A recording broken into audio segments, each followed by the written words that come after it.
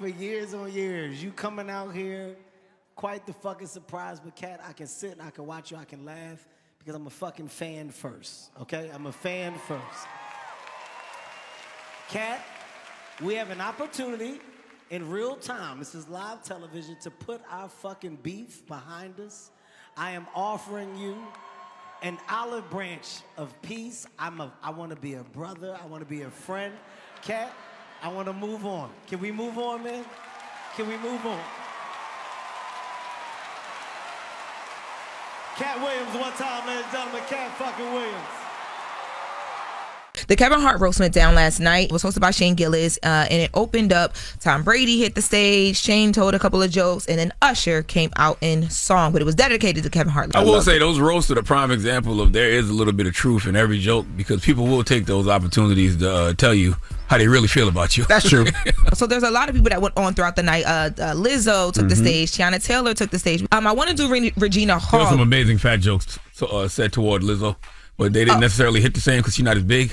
Okay, she was still as big. They would have really hit. There were some incredible fat jokes that was said on that stage last night. When he hit her with the Lizzo's here, one battle after another. That's how she feels when she sees a staircase. That was hilarious. Let's take a listen to Regina Hall at roast. There's one special thing that only Kevin and I know about. Kevin's mom, Miss Nancy, God rest her soul, she communicates with me sometimes. Many years ago, do you remember when I called and I told you that she said, don't go to Vegas? She said, Kevin, don't go in there and accidentally that girl. She said, Kevin, go to 1515, but I wrote it down wrong. She knew there was a camera in that room, Kevin, and she tried. So I want to say I'm sorry, Kevin, because that was on me. So I wrote down some other things that your mother, that she's expressed, and I'd like to read them tonight. Kevin, she misses your movies. She says they don't go up there in heaven because it's heaven. But she said your dad is enjoying them all down where he is. That was very sweet. Now there's a bit more though, because Regina Hall then, as she's closing out, this whole talking to Kevin Hart's mom from heaven, she closes with a bomb. Let's take a listen to Regina Trains in Heaven. Last thing, finally, Miss Nancy says, thank you all for being here to celebrate my son. I love you, Kevin Hart. Have fun on your big night. And now, I have to get back to Michael Clark Duncan, who's been a deep green mile in this for the past 3 months. Regina! The is that? It's Mother's Day. Sorry. She said they run trains in heaven. Jesus. Wait, what do you mean the other heaven? Hilarious. Not your... What? Don't, Regina? That was sorry. hysterical. That's because Kevin Hart's daughter's name is Heaven. Yes. If you don't know. Yes. Regina bodied it, man. I was waiting for it. that Black Death Comedy Jam energy, because in the beginning it felt a little too corporate. You know what I'm saying? Yeah. But then, as the night went on, when you saw Naeem Lynn come out, and then Cheryl Underwood and Regina Hall, it started getting where it needed to be. Katt Williams, Yes. it got where it needed to be. So Regina Hall then introduces the fact that they have a special guest there, and the special guest is Katt Williams. Let's take a listen to Katt Williams explaining the beef. For those of you just joining us, Kevin and I have beef, and I'll tell you why. Because privately, this mother stole everything from me. Before he saw my act, he was a 6'3" white man. I tried to tell y'all that Kevin Hart was a plant, because I keep burying him. He keeps springing back the up, just like a plant. Yes, I said some things I'd like to take back. Some things I said were misunderstood. I did say that Kevin was a Hollywood puppet, and I want to explain that, because it might not be what you think. I meant that the head of Netflix literally has his whole hand up Kevin's ass and can make him do anything. Kevin only has one rule in his movies: no N-word, and that N-word is no. It's never said it, never ever. Now, they did have a moment on stage where, because there has been the beef between Kevin Hart and Katt Williams where they make up. Let's take a listen. Me and this man have been at odds for years on years. You coming out here, quite the fucking surprise. But Katt, I can sit and I can watch you, I can laugh, because I'm a fucking fan first, okay? I'm a fan first. Katt, we have an opportunity in real time, this is live television, to put our fucking beef behind us. I am offering you an olive branch of peace. I want to be a brother. I want to be a friend. Katt, I want to move on. Can we move on, man? Can we move on? Don't be surprised if you see a Katt Williams and Kevin Hart project together in the future. That'd be dope. A movie or something. They're going to get that money and they create some art that's going, have us laughing. That's what they're going to do. Yeah. Yeah, and then it ended, Kevin Hart himself closed it out. He responded back to a lot of the jokes. It was very, very funny. And then Meek Mill's ended the night with Dreams and Nightmares. So it was and also too, The Roots were the band on the set as well too. It was super Philly, very Kevin Hart, but also very funny. And Mike Epps clearly needs more than an olive and a branch. Because he wasn't there. He didn't pull up. No, he probably got the offer, right? Mm-hmm. That would have been the icing on the cake as well. Katt was great though. When Chris was here, I said that would be a good idea to have Katt and Mike Epps come up. Yeah, but it was a surprise. But they already had that in the works. I'm 100%. sure. Yeah, I laughed. Did too. That's all you want to do is laugh. I like when The Rock said that joke about how he got a life-size tattoo of Kevin Hart on his penis. And then he was like, Kev, you want to see it?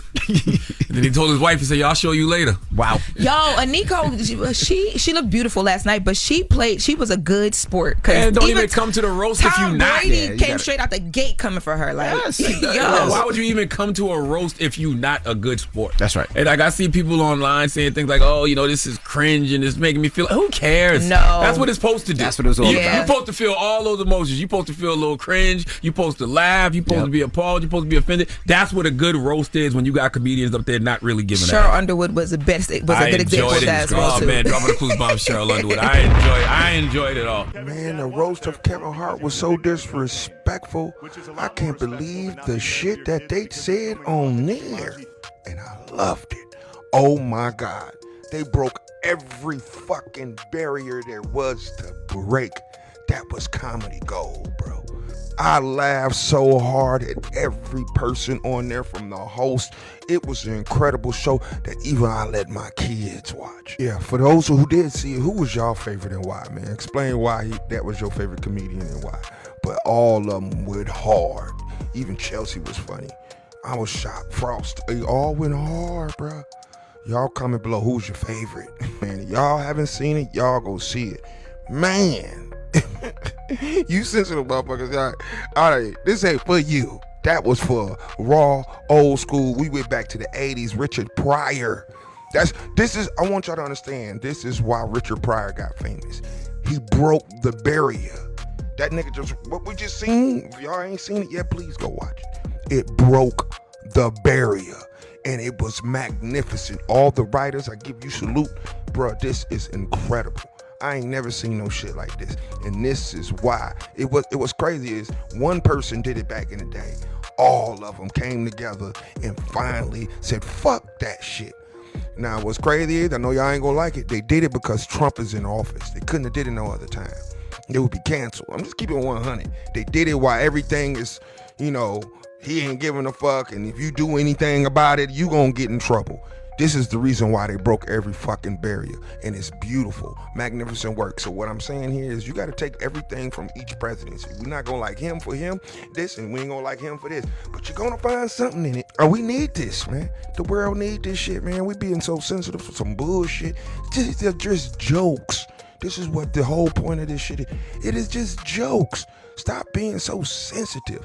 Everyone up there took it like a champ. And I'm talking about everyone in the audience. No one was off limits. And then at the end, man, y'all gotta watch it. They had Katt on there, but it was magnificent. Everything was magnificent. Y'all come below, let me know what you think. This is Cheerio. Hello, Kevin. Hello, Katt. I'm surprised they invited me. My thing is people only watch the Kevin Hart roast because of Katt Williams. So as much as Kevin Hart wants to say Katt Williams is a non-factor and that he's mad because he wasn't in any of his movies, the truth of the matter remains that the only reason why people watched that roast was because of Katt Williams. Katt Williams stood on everything he said.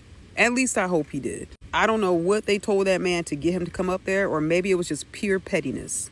And if it was pure pettiness coming from Katt Williams, I'd 100% believe. The way Kevin Hart was shaking his leg on stage, that man was terrified. He didn't know what the next thing would be to come out of Katt Williams' mouth. And I honestly think Katt Williams was a little easy on him. I know that man had way more to say than that, but he couldn't say it all. So he just, said what was most appropriate for the roast. Kevin Hart doesn't realize he's on the top of the world now only because he did exactly the opposite of what people like Katt Williams and Monique did to pioneer as black comedians in the industry. He cooned his way into it. Everything that they said they weren't going to do because they stood for something, he did the exact opposite. And that's why he is where he is right now. Kevin Hart and Kevin Hart little Chucky doll sneakers, Pearls of Bible, finally ended his beef with Katt Williams, a.k.a. the little miniature pep. Pearls of Bible, do y'all think that this was a real sincere hug, that the beef is over? Or do y'all think that they just going along to get along? Pearls of Bible. Breaking news, ladies and gentlemen. Kevin Hart and Kevin Hart little Chucky doll sneakers, Pearls of Bible, finally ended his beef with Katt Williams, a.k.a. the little miniature pep. Pearls of Bible, do y'all think that this was a real sincere hug, that the beef is over? Or do y'all think that they just going along to get along? Pearls of Bible. Breaking news, ladies and gentlemen. Kevin Hart and Kevin Hart little Chucky doll sneakers, Pearls of Bible, finally ended his beef with Katt Williams, a.k.a. the little miniature pep. Pearls of Bible, do y'all think that this was a real sincere hug, that the beef is over? Or do y'all think that they just going along to get along? Pearls of Bible. Now, the only thing I'm going to say about Katt Williams going to this roast, this Kevin Hart roast, is that Netflix had to have 2 Brinks trucks parked outside with Katt name and face on the tag.